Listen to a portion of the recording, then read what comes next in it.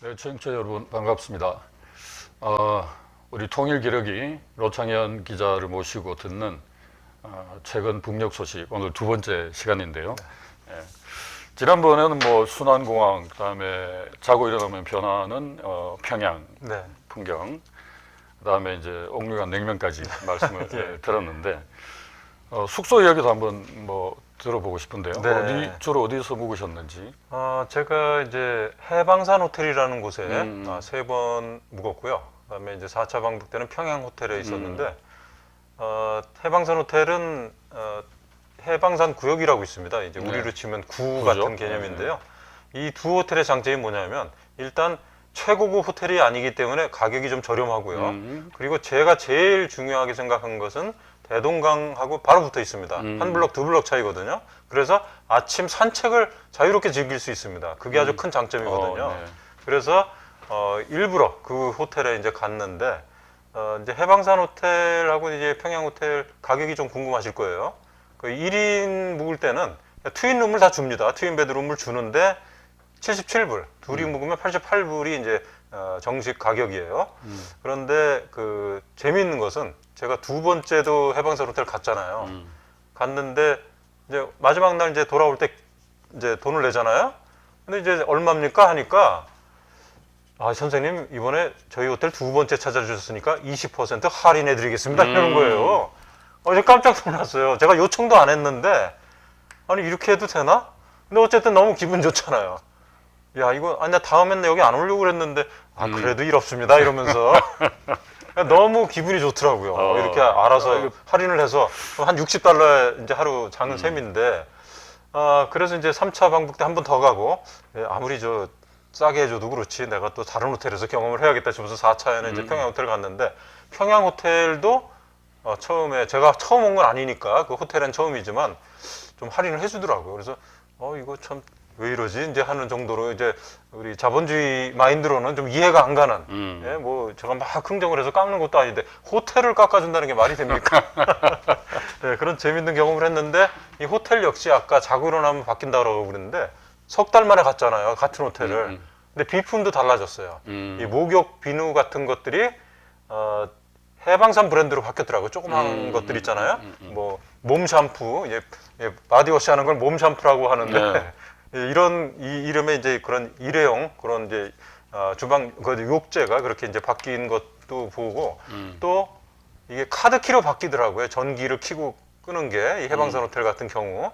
그래서 참 재밌다 싶어요. 아주 작은 거지만 석 달 만에 가도 이렇게 바뀌는 게 있구나. 물론 밖에서의 변화는 더 컸습니다. 뭐 택시들이 얘기를 들어보니까 20% 지방으로 돌렸대요. 이 교통체증이 심해지니까 지방으로 이게 돌릴 정도로 이렇게 그 택시들이 많아졌고, 그다음에 그 여성 교통보안원 있지 않습니까? 네. 우리 평양 가면 이렇게 막 거의 마스코트처럼 보이는 그런 분들이 두 번째 가니까 90%가 없어졌어요. 이게 왜냐하면은 그 교통량이 많아지면서 여성들이 그 결혼을 하면 이렇게 보통 교통보안원은 직업을 바꾼대요. 근데 이제 숙련된 직업인이 바뀌면 좀 문제가 있으니까, 그리고 또 굉장히 그 일이 힘들어지니까 남성 위주로 아마 교체를 하는 것 같아요. 그러다 보니까 석 달여 만에 갔는데 여성 교통보안원들이 잘 찾기가 힘들어. 이런 식으로 많이 그 제도와 어떤 그 정책이 바뀌는 걸 보고 이거 정말 내가 계절에 한번 꼭 가야겠다. 이건 기자로서 가야지 구문은 아니고 새로운 소식을 전해드릴 수 있겠다. 이런 생각을 하게 된 그건 거죠. 잘한 것 같아요. 이게 교통량이 많아지면 아무래도 매연도 예. 심한데 그 도로 한가운데서 그걸 다 마시면서 일을 해야 된다는 게 그렇죠. 뭐 예. 친환경적이진 않죠. 그렇다고 뭐 남자들이 마셔서는 안 되는데 아무튼 재밌었던 것은 신호로 많이 대체한다고 이미, 했어요. 이미 차량 2부제를 하고 있거든요. 평양에서는 홀짝제를 하고 있습니다. 그런데도 교통체증이 이미 몇 년 전부터 일부 구간이지만 이렇게 시작되고 있고, 이런 교통 문제를 해결하기 위한 것이 상당히 중요해지고, 그래서 대중교통을 확충하고 있고요. 여러 가지 이제 일요일 뭐 자가용 운행 금지 이런 식의 제도도 이미 시행을 몇 년째 하고 있고요. 아주 우리가 생각하는 평양은 정말 너무나 많은 변화를 보이고 있고 깜짝 놀랄 일들이 많습니다. 자꾸 이제 10년 전하고 비교를 하게 되는데, 네, 그렇죠. 뭐 당시만 하더라도 평양의 교통체증 사실 그런 이 단어 자체가 용어 자체가 없었을 때라 맞습니다. 차량 이부제 예. 그리고 뭐 차량 전체 대수를 통제한다는 얘기가 있었어요 그때는. 아, 그렇군요. 매연 때문에. 예. 근데 이제 그것도 어느 정도 이제 수요가 많아지니까 이부제를 실시할 정도로 차량이 늘어났다 이런 이제 말씀이 같습니다. 네. 그 평양 그 국제 상품 전람회 매년 봄 가을로 예, 두 예. 차례 열리기도 하고 뭐 국제 영화 축전 또 취재를 하셨다고 하는데 네. 상품 얘기를 한번 해보죠. 아, 예. 이 그 중국산 제품이 거의 한 뭐 7, 80% 정도를 차지하다가 네. 요즘에는 다 국산으로 대체되고 있다고 하는데 실제로 가보시니까 어떻던가요? 네, 일단은 그 국제상품 전람회라는 것을 이제 잘 모르시는 분들도 계실 텐데 거의 20년 전부터 이제 네. 하고 있고요. 10여 년 전부터는 봄, 가을로 대규모 국제 상품 전람회가 열리고 있습니다. 그런데 이제 지난 봄까지, 작년 봄까지는 그 3대 혁명기술관 여기서 했는데 더 규모가 커져서 제가 지난해 가을 이제 취재를 했는데요. 평양 호텔, 죄송합니다. 평양 체육관. 체육관. 평양 체육관에서 지하 1층부터 지상 3층까지 안에 그 플로어는 말할 것도 없고요. 복도까지 다 이용해서 거의 한 450여 업체가 이제 부스를 만들고 있는데 한 뭐 제가 볼 때 한 70% 정도는 다 이 북녘 기업들이고 그다음에 한 20% 정도가 중국 기업들, 나머지 10%가 뭐 몽골, 라오스, 시리아 뭐 이런 식으로 이제 좀 미국의 영향력을 덜 받는 이런 나라들이 기업들이 이제 출품을 했는데 이게 지금 그 대북 제재 아주 엄격한 대북 제재 속에서도 이렇게 엄청난 사람들이 몰려서 인산인해를 이루면서 하고 있다는 것에 제가 사실 깜짝 놀랐어요. 그것은 한 가지를 이제 알 수가 있는데 이 북녘의 이 내수 경제가 상당한 규모다. 왜냐하면 저때 그 일주일간 그 열릴 때 거의 뭐 99%가 다 이제 평양 주민들이나 이 북녘 다른 지방에서 온 주민들인데 이 사람들이 온다는 거는 결국 내수 경제가 그만큼 튼튼하고 그렇기 때문에 이렇게 대규모 박람회가 열리고 있다는 거거든요. 뭐 옛날 같이 제약이 없다면 뭐 상품 계약을 맺거나 무역 계약을 맺겠지만 그런 것은 거의 할 수가 없는 상황이거든요, 지금.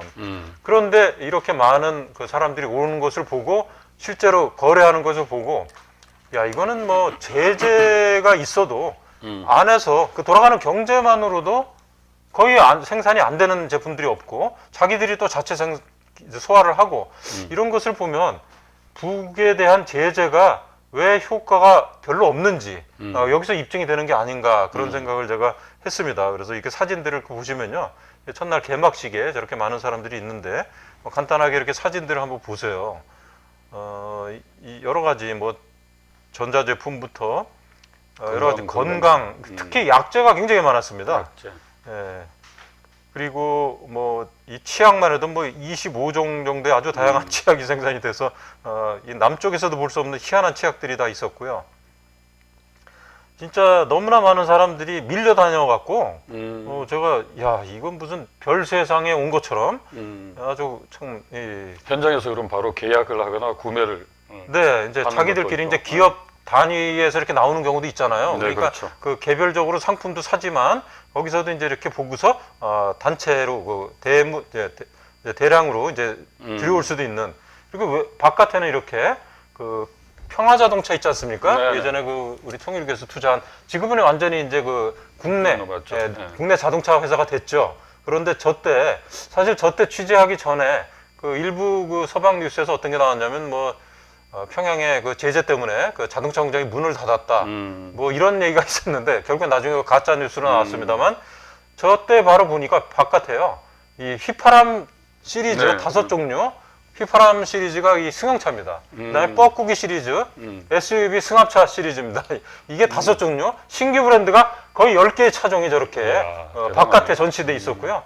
그것만이 아니라 뭐 작은 요트부터 오토바이, 그다음에 전기 자전거가 요즘 난립니다. 이 평양에서. 전기 자전거? 네, 거의 자가용이에요. 그게 2차 방북 때도 가니까 전기 자전거 열풍이 불더라고요. 5대당 1대 꼴로 전기 자전거가 지나갑니다. 그러니까 사람들이 굉장히 편하게 탈 수 있죠. 한 번 이렇게 전기 충전하면 150리를 간다고 아, 150. 몇 리라고 쓰더라고요. 그게 아주 정감이 있었습니다. 네, 그런 것들을 보고 이건 정말 우리가 지금 이건 이제 시내 교통체증의 모습을 이제 한번 보여드리는데 시내로 들어오는 방향에 예. 하여튼 그런 것들을 아주 재밌게 흥미진진하게 휘파람 하면 이제 생각나는 게 그 북의 첫 상업 광고판 네. 모델이 개순이 선수였어요. 휘파람 예, 자동차. 예, 저도 기억나시죠? 들었습니다. 예. 자, 그런데 지금 저렇게 모델이 다양화되고 있다. 그리고 그 5개 자동차 광고판이요. 평양 시내 지금 또 모르겠습니다. 제가 이제 간지 1년이 지났으니까 네. 작년 하반기까지 3개가 있었거든요. 순환국제공항 가는 길에 그래서 제가 차를 타고 가다 우연히 찍고 그다음에 이 저 대동강변 쪽에도 하나 크게 있는데 그것을 보시고 어떤 생각이 들까요? 만약 본다면 이게 뭐 어떤 외국인한테 보여주려고 하는 게 아니잖아요. 결국은 소비자한테 팔겠다는 광고거든요. 그렇죠. 그렇다면 이 자동차를 살 수 있는 정도의 그 능력을 가진 시민들도 있고 내수 시장이 역시 크구나. 이런 광고가 나올 정도면 그런 것을 우리가 좀 알 수 있을 것 같습니다. 자, 말씀 나온 김에 많은 사람들이 또 궁금해하고 있는 것 중에 하나가 네. 이 북한의 과학기술 수준이 어디까지 왔나. 네. 특히 이제 앞으로 남북 경협이 만약에 재개된다면 네. 뭐 한계 기업도 물론 살아야 되겠지만 네. 남과 북이 가지고 있는 이 첨단 기술 네. 이걸 잘 융화시켜서 네. 세계적인 이 경쟁력을 좀 갖출 수 있지 않은가 네. 이런 이제 전망을 하시는 분들이 많은데 그 북녘에 취재 가셨을 때 네. 북쪽의 뭐랄까 과학기술 수준을 볼 수 있는 그런 기회도 있었나요? 네, 그럼요. 제가 사실 1차 방북 때부터 그게 정말 궁금했어요. 그래서 사전에 우리가 이제 취재 신청을 하면서 대략 어디를 가겠다라고 이제 하잖아요. 근데 사실은 과학기술 전당을 신청을 못했어요. 다른 거를 했다가 그랬는데 그리고 이제 나머지는 한 10% 정도는 혹시 그쪽에서 추천하는 게 있으면 이제 받아야겠다 하고서 이제 갔는데 첫날 가서 이렇게 협의하다가 과학기술 전당을 제가 가면 좋겠다라고 이제 뒤늦게 생각이 난 거예요. 사전에 신청을 못 하고 그랬는데 그분들이 이제 처음에 권했던 것 중에 과학기술 전당이 없었어요. 근데 나중에 거길 간 다음에 아니 도대체 왜 여기를 안 보여줬지? 자랑하려고 왜 안 했지? 이런 생각이 든 거예요. 이거 보면 정말 깜짝 놀랄 그 장소였거든요. 그런 거 생각하면 이제 이런 얘기를 제가 사실은 드리고 싶어서 말씀을 드리는데 북에 가면은 그들이 보여주고 싶은 것만 보여준다. 홍보하고 싶은 것만 홍보한다 이러는데 편견이다. 이런 게 이제 제가 볼 때 이게 제일 자랑할 거였어요. 근데 그거를 제가 굳이 요청할 때까지 그 사람들이 그냥 그 보여줄 거에 리스트에 안 넣은 거죠. 그리고 또 이제 내가 그걸 솔직히 내가 기자니까 그냥 잘 써서 뭐 보여드리겠습니다 하니까 웃으면서 아이 노 선생 홍보 우리는 안 해도 됩니다. 그냥 선생님이 열심히 잘 보시고 편안하게 보시고 들어가시면 저희는 만족합니다. 뭐 잘 써주려고 하실 필요 없어요. 근데 이런 식으로 얘기를 해요. 그러니까 그냥 악의적으로 이렇게 보도하는 사람들한테 솔직히 지쳤습니다. 그 사람은. 그래서 기자들 굉장히 싫어해요. 그래서 제가 사실 비자 받고 들어간 게 좀 신기할 정도였는데 아마 어떻게 하나 한번 본 것 같아. 근데 여하간 당신이 기자거나 말거나 나는 별로 신경 안 쓴다예요. 그냥 나쁘게나 악의적으로 쓰지만 말아라. 있는 그대로 쓰면 다행이다. 이런 정도로 생각을 하는데 자, 하여튼 그런 점에서 이제 제가 보여드리는 거에 대해서 좀 의구심을 안 가지시면 좋겠고요. 지금 이제 그 과학기술 전당 정면입니다. 저게 그 뭔가 벌써 과학의 냄새가 분위기가 나죠. 이게 근데 대동강 쑥섬이라는 데 있어요. 네. 우리로 치면 여의도 같은 섬인데 그렇죠. 이 쑥섬은 역사적으로 굉장히 중요한 데입니다. 예전에 그 남북 그 연석회의. 연석회의가 열린 우리 김구 선생, 조서왕 맞습니다. 선생이 맞습니다. 우리 어떻게든 이 분단된 그 나라를 막기 위해서 북에 올라가서 그 회의를 했던 2차 네. 장소가 이 쑥섬에 있습니다. 그런데 지금 이 쑥섬은 이제 대변혁이 벌어져서 과학기술의 어떤 요람이 되는 저런 과학기술 전당이 저걸 제대로 보려면 며칠이 걸립니다. 부속 건물까지. 첨단 섬으로 다시 그러니까 기초과학부터 응용과학까지 모든 것이 있는데요. 일단 들어가면 저렇게 이제 구의 모양으로 저게 이제 돌아가면서 동영상이 보입니다. 이렇게 이제 앉아서 이렇게 여러 가지 이제 홍보용 얘기도 있지만 과학기술의 어떤 그 내용을 좀 알려줄 수 있는 그런 그 겉에서 보면 이게 원자 핵 모양으로 그런 모양으로 이렇게 건물들이 만들어졌고요. 그 정중앙에 보면 거의 그 5층 높이의 거의 10층인 것 같아요. 꼭대기까지는. 도움형이네요. 이걸 이제 그 은하 3호 로켓 실물과 똑같은 모형을 북의 과학기술의 어떤 정점이죠. 그 절정을 저렇게 이제 똑같은 모형을 전시를 해놓고 있습니다. 저걸 둘러싼 채로 뭐 1층, 2층, 3층 막 수천 대에 달하는 그런 컴퓨터들이 있고요. 맨 아래는 이렇게 도서실 역할도 하고 아주 다양한 이제 전시관들이 있습니다. 그런데 여기서 이제 아이들이 마침 뭘 보고 있었는데 뭘 보나 했더니 이렇게 뭘 하는 거죠? 지금은 이제 요 학생 건 아닌데 만화를 보고 있더라고요. 아, 만화 영화? 예, 만화 영화를 이렇게 보고 있었어요. 그리고 이게 지금 컴퓨터들 이렇게 이제 자체 하여튼 상표가 붙어 있는 예, 부속은 뭐 좀 수입이 됐을지는 건 제가 모르겠습니다만 어쨌든 국산품입니다. 다 외양상 예, 이런 것들이 있었고 심지어 이런 공룡 모형까지 지하에 이렇게 있어요. 그러니까 정말 이 날마다 수천 명의 학생들 이 참관단이 옵니다. 예, 초등학생, 소학생부터 북에서는 초등학교를 소학교라고 하는데 소학생들부터 중학교, 고급중학교, 대학교, 일반 성인에 이르기까지 제가 간 날은 함흥의 소학교 애들이 와서 이 단체로 견학을 하고 이런 데서 이제 이렇게 바로 그러니까 과학 상식 이런 이제 원리 이런 것들을 즉석에서 선생님들이 현장 학습을 하고 있는 이런 것들이 있었어요. 아주 재밌는 것도 많더라고요. 같이 실험을 하고 그리고 이제 우리 거북선이네요. 예, 거북선 모형. 그 뭐 여러 가지 우리 조상들이 만든 자랑스러운 그런 유물 이런 것도 따로 재현해서 전시를 하고 있는 그런 모습들을 볼 수 있었습니다. 이게 보니까 자연사 박물관 겸 과학 역사 박물관 겸 네, 네. 첨단 기술 거의, 전시관 예, 겸 거의 이렇게. 종합을 했다고 보면 될 것 같아요. 그러니까 규모가 어마어마하죠. 네. 그렇겠네요. 네. 그 예전에 네. 그 남쪽 언론에서 이제 평양에는 특별한 사람들만 살기 때문에 네. 장애인들은 못 살게 한다. 예. 이런 이 그런 설이 루머가 있었어요. 있었죠. 예. 설이 있었어요. 근데 이제 민족 21 취재할 때 이제 휠체어 사진을 찍어오기도 했습니다만 네네. 과학기술 전당에 특별한 시설이 있다고요? 장애인들 위한? 네, 말씀하신 대로 그 장애인들에 대한 그 굉장한 그 배려가 있었더라고요. 예, 장애인 열람실이 있거든요. 예, 지금 이제 이 사진이 장애인 열람실에 한 그렇습니까? 30여 석 들어가는데 여기 보면은 이게 지금 보면 이게 점자 프린터로 나온 겁니다. 예, 이렇게 점자가 있죠. 예, 예, 앞이 안 보이는 분들이 할 수 있고 이런 이제 보면은 이렇게 수화 이렇게 오른쪽 화면 아래에 수화 화면이 나오죠. 이렇게 수화를 하는 그런 것이 있고 그러니까 이제 청각장애인, 시각장애인 이런 분들이 자유롭게 편하게 이걸 이용할 수 있는 장애인 열람실이 따로 아주 시설이 잘 돼 있고요. 말씀하신 대로 저도 그냥 길 가다 휠체어 장애인, 목발 장애인 우연히 차에서도 본 장애인들이 상당히 많았어요. 일주일 사이에 3번을 제가 우연히 봤는데 그걸 보고 평양은 장애인 친화도시인가? 이런 생각이 들 정도로 이렇게 이제 배려가 많았습니다. 네.